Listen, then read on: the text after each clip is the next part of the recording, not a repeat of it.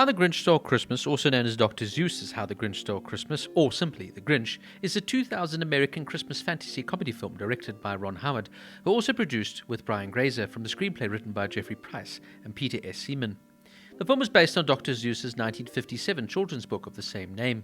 This was the first Dr. Seuss book to be adapted into a full-length feature film, and the first of only 2 live-action Dr. Seuss films, followed by The Cat in the Hat in 2003, after the 1966 animated TV special of the same name, as the second adaptation of the book. Narrated by Anthony Hopkins, the film stars Jim Carrey as the eponymous character, with Jeffrey Tambor, Baranski, Bill Irwin and Molly Shannon in supporting roles. Produced by Imagine Entertainment, How the Grinch Stole Christmas was released by Universal Pictures in the United States on November 17, 2000. The film earned mixed reviews from critics, who praised Jim Carrey's performance but criticized this darker theme and somewhat scary moments, as well as deviating from the source material too drastically. It spent 4 weeks at number 1 in the United States. How the Grinch Stole Christmas grossed $345 million worldwide, making it the 6th highest grossing film of 2000, and originally became the 2nd highest grossing holiday film of all time, behind Home Alone in 1990, until both films were surpassed in 2018 by the 3rd adaptation of the story.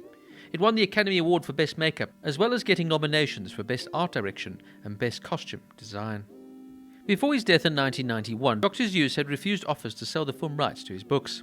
After his death, however, his widow, Audrey Grazer, agreed to several merchandising deals, including clothing lines, accessories, and CDs.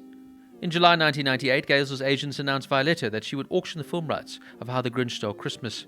In order to pitch out their ideas to Grazer, the suitors ultimately had to be willing to pay $5 million for the material and hand over 4% of the box office gross, 50% of merchandising revenue and music-related material, and 70% of income from book tie-ins. The letter also stated that any actor submitted for The Grinch must be comparable to the stature of Jack Nicholson, Jim Carrey, Robin Williams, and Dustin Hoffman. Additionally, it was stipulated that the estate would not consider a director or writer who had not earned at least $1 million on his previous picture. 20th Century Fox initially pitched for director Tom Shadyac to direct, in which Nicholson was in mind to play the Grinch. Then producer Brian Grazer enlisted his producing partner Ron Howard to help with negotiations. At the time, Howard was developing a film adaptation of The Seawolf, and despite being an avid fan of the animated special, he did not express interest in Grinch, but Grazer talked Howard into travelling to Grazer's residence for the pitch meeting. While studying the book, Howard became interested in the character of Cindy Lou Who and pitched a film in which she had a larger role as a materialistic representation of the Who's, as an expanded backstory of the Grinch. On September 16, 1998, it was announced that Howard would direct and co-produce a live-action adaptation of How the Grinch Stole Christmas, with Jim Carrey attached to star.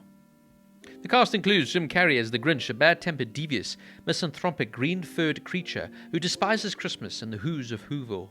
It is revealed in his origin story that he started to hate Christmas after his school classmates mocked him for his appearance and for some cuts he had sustained when he tried to shave his face. The Grinch suit was covered in yak hair, dyed green, and sewed onto a spandex suit. The application of the makeup took about 2.5 hours, after which a frustrated Carrey kicked a hole in the wall of his trailer. Carrey's makeup artist, Kathleen Hero, recounted, "On set, Carrey would be really mean to everybody, and at the beginning of the production they couldn't finish. After 2 weeks, we could only finish 3 days worth of shooting schedule, because suddenly he would just disappear, and when he would come back, everything was ripped apart. We couldn't shoot anything." Hero would later leave production until Baker and Howard had a discussion with Carrey on how important Hero was to the production. Carrey agreed to keep his anger in check, and Hero returned to the role. In total, Carrey spent 92 days in the Grinch makeup and became adept at remaining calm while sitting in the makeup chair. Taylor Momsen as Cindy Lou Who, a kind Who girl who believes the Christmas spirit in Whoville is lost and is one of the only people to see past the Grinch's nasty behavior. In the film, she is 6 years old, whereas in the 1957 book and the 1966 TV special, she is no more than 2. Momsen would then go on to be the frontwoman of the American rock band The Pretty Reckless since their inception in 2009. Jeffrey Tambor as Mayor Augustus Mayhew, Whoville's arrogant and judgmental mayor, who's revealed to be a school bully who picked on the young Grinch over his shaved face, which is what motivated the Grinch to hate Christmas in the first place. And Christine Baranski as Martha May Whoever, the Grinch's love interest, as well as the romantic interest of Mayor Augustus Mayhew. Now, I've always been a big Jim Carrey fan. He's one of those actors that you either love him or hate him, but like I said, I thoroughly enjoy his work, and this is another atypical Jim Carrey style of comedy, albeit done now in a family sense and with a Christmas setting. Dr. Seuss's works have always been fantastic. They are original, they are different, and they are somewhat odd at times as well. And The Grinch is definitely one of those tales that probably stands head and shoulders above the rest in some ways. Now for me, Jim Carrey is fantastic in the role and really brings his own sort of style to the Grinch. He really does carry the film on his back, as he's almost pretty much in every scene, and the whole film is centered around his performance.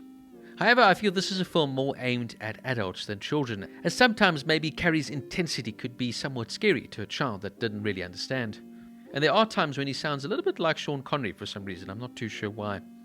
If you like Jim Carrey's off-the-wall comedic style, like you've seen, say, in the movies The Mask or playing the Riddler in Batman Forever, then this movie is for you. If, however, you're not a Jim Carrey fan, then I'd definitely give this one a miss. The sets are fantastic, the costumes are wonderful, and overall it's a very well-made and produced film. But once you get past the idea of this man that absolutely despises Christmas and will do anything to destroy it, well, then there isn't really much more of a story. At the end of the day, Dr. Seuss's book was written for children and was quite short in length, and I feel that this movie probably overstretches the story somewhat and tries to add too many other elements into it. And at nearly 105 minutes, it probably is just a little bit too long as a film.